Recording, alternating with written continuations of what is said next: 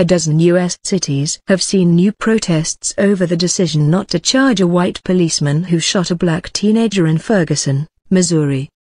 Demonstrations from New York to Seattle were mostly peaceful, but rioting broke out in Oakland, California. There was some unrest in Ferguson itself, with police making 44 arrests, but the town did not see rioting on the scale of Monday night. The officer who killed Michael Brown there says he has a clean conscience. Darren Wilson, who shot the 18-year-old on the 9th of August, told ABC News that in the struggle which preceded the shooting, he had felt like a 5-year-old holding on to U.S. wrestler Hulk Hogan. Many in Ferguson's predominantly African-American community had called for the officer to be charged with murder, but the grand jury's decision means the police officer will not face state criminal charges over the shooting. Lawyers for Mr. Brown's family denounced the grand jury's decision as unfair while condemning the violence that followed the decision. Police cars attacked. St. Louis County Police Chief John Belmer said Tuesday had been generally a much better night in Ferguson, a town of 21,000 people. Tear gas was fired just once, he said, when rioters smashed windows at the Ferguson town hall. There was only one report of shooting, he added, when a car was set alight. Some 2,200 National Guard soldiers were deployed to assist police in keeping order in and around the town.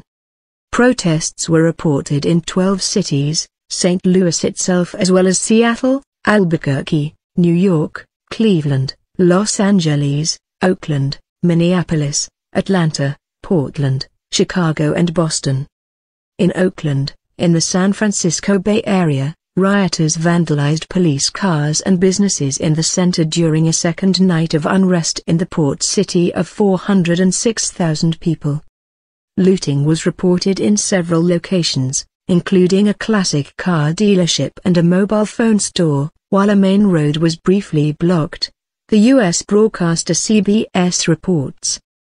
On Monday night, 43 arrests were made in Oakland as police struggled to control a crowd of some 2,000 people. At the scene, Joanna Jolly, BBC News, Ferguson. There's been confrontation outside Ferguson Town Hall where a police vehicle was burnt earlier and tear gas still hangs in the air. There's a heavy police presence with several armored cars and vehicles. There is tension as police try to move people from the area. Officers are saying anyone standing in the street will be subject to arrest. Some are giving chase to people in the surrounding streets and tonight they have dogs with them.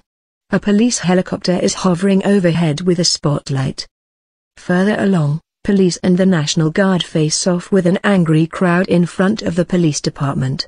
There are fewer protesters, but a larger media presence. The crowd is jittery and there is a sense there could be further clashes. In other incidents, protesters briefly stopped traffic in central Los Angeles before police moved in to clear them off.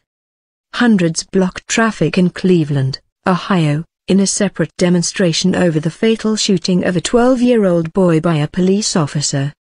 Protesters in New York briefly shut down a Brooklyn bridge and disrupted traffic on other roads. A car plowed into protesters blocking a road at a rally in Minneapolis, injuring one person. Protesters staged a sit-in outside the office of Chicago Mayor Rahm Emanuel.